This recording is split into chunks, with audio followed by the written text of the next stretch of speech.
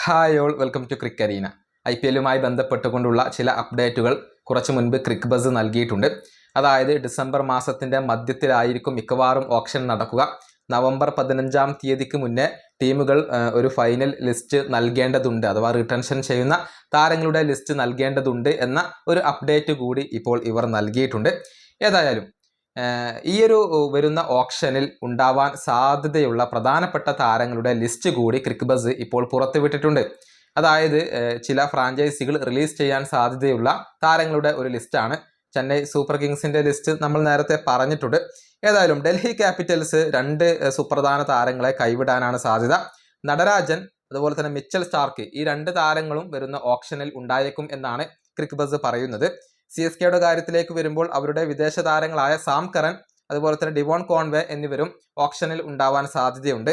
ഇനി LSG സുപ്രധാന താരങ്ങളെ കൈവിടുകയാണ്. ആകാശ് ദീപ്, മായങ്ക് യാദവ്, ഡേവിഡ് മില്ലർ, ഈ 3 താരങ്ങളെയും LSG കൈവിടും എന്നാണ് റിപ്പോർട്ടുകൾ. അതുപോലെ തന്നെ രാജസ്ഥാൻ റോയൽസുമായി ബന്ധപ്പെട്ട ഒരു അപ്ഡേറ്റ് കൂടി അവിടെയുണ്ട്.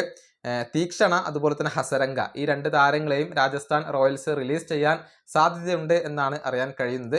KKRന്റെ കാര്യത്തിലേക്ക് വരുമ്പോൾ അവരുടെ സുപ്രധാന താരമായ വെങ്കടേഷ് അയ്യർക്ക് സ്ഥാനം നഷ്ടമാകും എന്നാണ് അറിയാൻ കഴിയുന്നത്.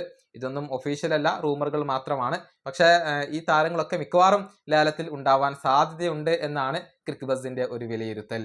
ഈ വീഡിയോ അവസാനിപ്പിക്കുന്നു. അടുത്തൊരു വീണ്ടും കാണാം.